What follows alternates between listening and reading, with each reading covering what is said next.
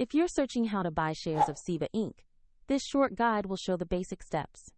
Ceva is an animal health company listed on NASDAQ under the ticker CEVA, and this video is educational, not financial advice. To buy CEVA, you need a broker, and I'll use eToro as the example platform to demonstrate the process.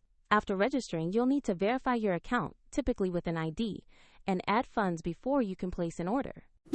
Use the platform's search bar and type the ticker CEVA to find the stock.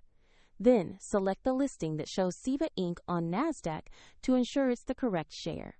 Open the asset page to review the company overview and a price chart. Confirm the profile shows Ceva Inc., the CEVA ticker, and the NASDAQ listing to be sure this is the right stock. Click Invest or Buy, enter the amount you want to purchase, and carefully review the order details before submitting. If the market is closed, your order may execute when it reopens, and if you have insufficient funds, the platform will prompt you to add money before confirmation.